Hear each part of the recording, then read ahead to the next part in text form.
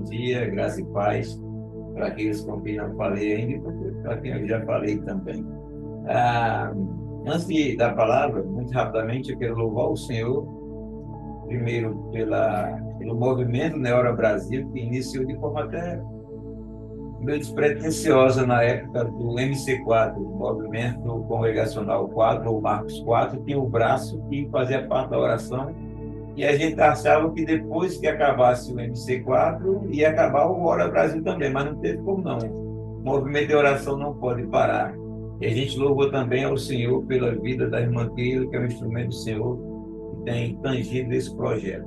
É um trabalho que eu queria poder participar sempre, mas é bem na hora que eu vou levar meus filhos para a escola. Quando eu volto, já tem terminado, então eu não consigo. A louvado seja o Senhor por isso. Deixa eu fazer mais uma coisinha aqui bem rápida, e você também rápida na meditação. Ah, Agora há pouco, logo no começo, aliás, da reunião, foi pedido oração pelos novos convertidos, pessoas que foram recém-batizadas, etc. O pastor Adiel, pastor, mora aqui em Recife, ele, uma vez conversando comigo, me liga sempre e perguntou assim: quantas pessoas você vai batizar esse ano da igreja? Aquilo me causou um impacto. A igreja aqui sempre batiza pessoas, é uma igreja muito forte evangelisticamente, graças a Deus. Mas quando ele disse assim, eu não pergunto mais quantas pessoas eu tenho você tem na igreja. Agora eu pergunto aos pastores quantas pessoas ele está batizando, para saber se a igreja está caminhando. Você tem uma igreja que passa 1 ano, 2 anos, 3 anos, não batiza ninguém, ou a quantidade de gente que batiza é menor do que a que sai, ou de que é que sepulta, né? A gente fica preocupado. Então, eu fiquei com isso, agora eu vou lutar para ainda mais todo ano batizar pessoas, evangelizando e pregando a graça do Senhor. Bem, eu quero convidá-los a uma leitura bíblica, um versículo apenas, em 1 Coríntios, capítulo 13, versículo 11. Eu quero falar rapidamente sobre maturidade. E isso, irmão Dalvin está falando de batizando e permanecendo na igreja. Tem isso, né? É muito bom, muito bem lembrado. 1 Coríntios 13, 11 diz assim: quando eu era menino, falava como menino, sentia como menino, pensava como menino, mas quando cheguei a ser homem, desisti das coisas de menino. Nós estamos chegando no final do ano, né? E eu estava essa semana toda pensando numa coisa chamada balanço. As lojas fazem balanço, né, em algum período do ano, geralmente no final do ano, fecham para contar o que tem e etc. E para ter estratégias de funcionamento no ano que se segue, né? Eu penso que a gente deve, de vez em quando, fazer balanço da vida, especialmente em tempos com finais de ano, para saber como estamos, para saber o quanto evoluímos na vida, especialmente na vida espiritual, para saber se avançamos em maturidade pessoal e espiritual, né? A gente tem que sempre fazer isso, porque a nossa vida, ela acontece em fases, né? E cada fase da vida, ela tem características próprias, né? E a pessoa deve viver de acordo com as características da fase em que está. Foi o apóstolo Paulo disse aqui, né? Quando era menino, falava como menino. Quando eu cheguei a ser adulto, abandonei as coisas de menino, ou seja, passei a viver como adulto. A gente sabe que cada fase da vida é marcada pela sua maturidade própria. Por exemplo, bem rapidinho, as crianças são extremamente seguras, mas não tem nenhuma segurança em si mesma. Ela tem segurança no pai. Eu lembro quando eu era pequeno, eu achava que, lá no interior da Paraíba, né, tem essa história do Papa Figo, o homem do saco, e por acaso eu dizia, se alguém quiser me pegar, eu vou correr e vou ficar perto da minha mãe vai me socorrer. E ninguém me pega por causa da minha mãe. Eu estava absolutamente seguro no cuidar da minha mãe. Ela cuidava tão bem de mim que eu achava que ela era a Mulher Maravilha, nada podia derrotá-la. Depois eu descobri, né, quando eu cresci, minha mãe é pequenininha, frágil, e ela precisava mais de cuidar do que qualquer outra coisa. Mas ela era uma leoa, fazia de tudo para cuidar dos filhos. Criança é assim. Os sonhos das crianças são infantis, os desejos das crianças são infantis. O jovem está ali média, né? Ele não chegou na maturidade ainda, não tem segurança tanto ainda, mas já tem sonhos mais claros. O jovem não tem a segurança das crianças, mas tem a força, tem os projetos sendo executados e tem a força para trabalhar, não é verdade? E a gente deve pensar nisso. O jovem tem que ter força para trabalhar. O adulto já deve, obviamente, ainda mantendo as forças que lhe cabem, de acordo com a sua capacidade física e a sua disposição mental, etc. Mas o adulto já deve ser como o Romário no fim da carreira, né? Já deve correr menos e já deve conhecer os atalhos, já deve ter experiência para viver. Então, a coisa mais linda é uma criança falando feito criança. A coisa mais horrível é um adulto falando e se comportando como criança. Na vida da gente, a gente tem que saber viver cada momento. Também é certo que as fases biológicas nem sempre estão em perfeita em sintonia assim, com as fases da vida, né? Tem gente que amadurece muito cedo, tem gente que demora muito tempo para amadurecer, etc. Mas quando a disparidade é muito grande, a pessoa tem uma patologia, né? Então, um adulto muito infantil é um problema, e a gente tem que ter cuidado com isso. Eu chamo de maturidade. Maturidade não é aquilo que a gente encontra nos livros. Maturidade é aquilo que vem com os anos, com as experiências, com as interações. É aquilo que a gente não percebe que tem ou não percebe o quanto tem. E que a gente sempre sabe que o que tem ainda é pouco, especialmente para adulto, diante do que a gente precisa executar. Eu vou dar um exemplo sobre isso. Esses dias eu estava indo atender a uma situação de uma família aqui da igreja e eu completei 51 anos nesse mês passado, né? Eu estava com 50. E aí eu fui, atendi aquela família, etc. Orei por eles, aconselhei, deixei eles aparentemente bem, porque parece que ficaram bem, né? Depois da minha saída.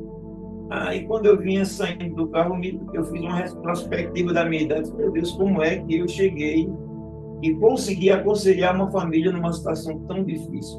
Um dia desse, eu era um menino solteiro correndo no meio da rua descalço, jogando bola no interior da Paraíba. Eu já rodei esse Brasil todo e estou. A experiência vai acontecendo, a gente nem percebe. Estive lá em Católica do Rocha agora e eu vi uma pessoa que conversou com um vereador na cidade e disse assim: ontem eu acordei e descobri que sou velho. Não percebi, o tempo passou e eu não percebi. Então a pessoa nem percebe que está adquirindo maturidade. A pessoa faz curso de como fazer isso, curso de como fazer aquilo, um monte de curso que ajuda, mas não é o suficiente.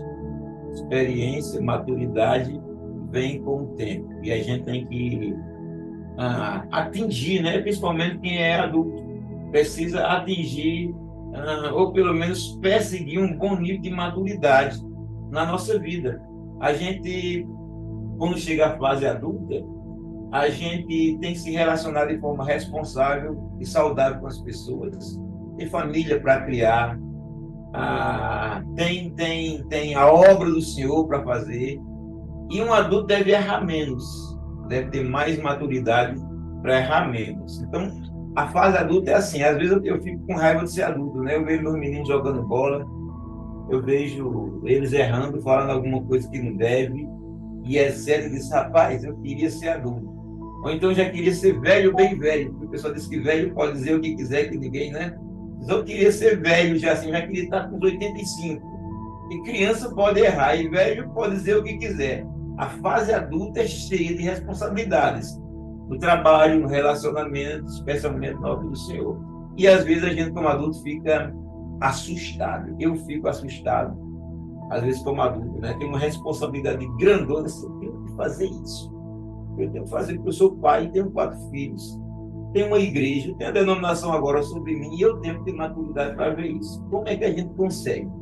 Parece que a palavra de Deus diz 3 coisas, e eu vou falar muito rapidamente sobre cada uma. Essas 3 coisas dizem como a gente alcança a maturidade. A primeira está em Salmo 90, versículo 12. A primeira coisa para a gente adquirir maturidade é contar os dias.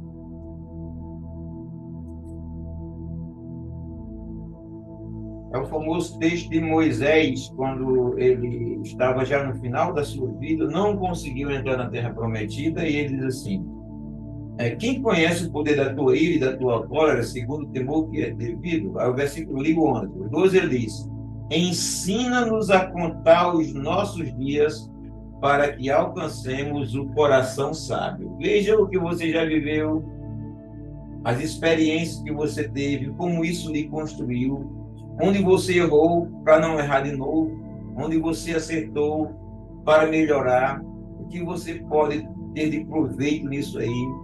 Espiritualmente falando, veja onde você já caiu em tentação, feche as brechas, veja onde você é forte, para que você desenvolva-se mais ainda na obra do Senhor. Aprenda a cometer os mesmos acertos melhorados e não cometer os mesmos erros. A gente não cresce, não é maduro de um dia para o outro. Quando a gente era seminarista, a gente foi de férias e um seminarista voltou e disse: eu amadureci nas minhas férias. Ele disse: não amadureceu nada, você cresceu um pouquinho.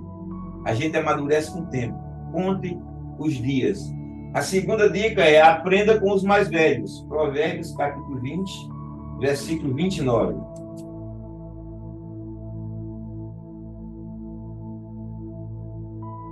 A Escritura diz assim: o ornato dos jovens é a sua força. Lembra que eu falei? Jovem tem força, trabalha. A beleza dos velhos são as suas cães, são seus cabelos brancos. Os mais velhos já passaram pelas situações que os mais novos estão passando. Em contextos diferentes, mas já passaram. Os mais velhos já passaram por lutos, já tiveram desilusões amorosas, já enfrentaram dificuldades espirituais. Os mais velhos talvez não tenham o mesmo grau de formação acadêmica, mas eles têm aquilo que a academia não dá: sabedoria. A sabedoria do tempo, da vida, daquilo que eu falei agora há pouco, né? De ter vivido mais. Então, se a gente quiser amadurecer, a gente deve sentar aos pés dos mais velhos. Eu aprendi isso cedo, né? Eu sempre gostei de estar perto de onde tinha gente mais velha do que eu conversando. Isso me ajudou bastante. Devo lembrar de Roboão, né? Roboão sobe ao trono e os mais velhos dão conselho a eles, os mais novos chegam e dizem: não, Roboão, não faz isso não. Os velhos já estão a gagar, sabe de nada não. E aí Roboão vai na onda dos mais novos e divide o reino. Tivesse ouvido os mais velhos, tinha dado certo. Os mais velhos sempre tem alguma coisa para nós, né? Os filhos sempre devem procurar aprender dos pais, dos tios, dos avós, etc. Cabelo não embranqueceu à toa, ou não caiu à toa. Os mais velhos têm sempre que ensinar a gente. Se a gente quer acertar mais na vida, a gente procura eles. Se a gente quer amadurecer, a gente busca eles, especialmente no que diz respeito à questão espiritual. A gente sempre tem o que aprender. Terceiro lugar e último, e talvez o mais importante, é meditar na palavra de Deus. Salmo 119, versículo 99. Salmo 119 é grandão, né? 119, versículo 99. A Escritura diz assim: compreendo mais do que todos os meus mestres, porque medito nos teus testemunhos, ou medito na tua palavra. A gente tem que aprender da palavra, colocar a palavra de Deus em prática. Eu disse que a gente não aprende sabedoria nem maturidade com livros, mas com a palavra de Deus a gente conhece, porque ela é inspirada pelo Espírito Santo. Deus, infinito em sabedoria, nos concedeu a sua palavra para que a gente cresça nela, para que a gente leia, aprenda, medite e coloque em prática. E Deus queria que a gente soubesse a respeito dele e da vida cristã, e disse aqui na sua palavra. Então nós temos um tesouro de sabedoria inesgotável que nos ajuda a crescer, a amadurecer. A gente aprende com a vida, contando, a gente aprende com os mais velhos, mas os mais velhos podem errar, porque são seres humanos que têm mais sabedoria, como nós, mas contudo sendo seres humanos. Nós podemos errar contando os nossos dias por avaliarmos mal as nossas situações, mas a palavra de Deus não erra. que dá sabedoria para a vida, irmãos, e para o crescimento. Ela não é complemento para o que eu disse, contar os dias e escutar os mais velhos. Eu coloquei ela no fim, porque geralmente o pessoal diz que você quer sair bem, deixa melhor parte para o fim. Fale o melhor no fim. O melhor é a palavra de Deus. Faz isso. Alia a palavra de Deus, experiência e converse com os mais velhos. Tenha maturidade para viver, de repente, um próximo ano melhor ainda. Deus, por sua graça, nos abençoe em nome de Jesus. Amém. Obrigado, irmã Deia. Eu quero, antes de terminar, menos de um minuto, incentivar os irmãos a continuarem firmes no Ora Brasil, por favor, e a incentivarem mais pessoas a participarem, tá bom? Eu espero que eu não tenha ninguém estudando de manhã esse ano que vem para eu poder participar com os irmãos. Mas se eu não puder, eu incentivo o pessoal da igreja, tá? Deus abençoe. Amém. Muito obrigado, pastor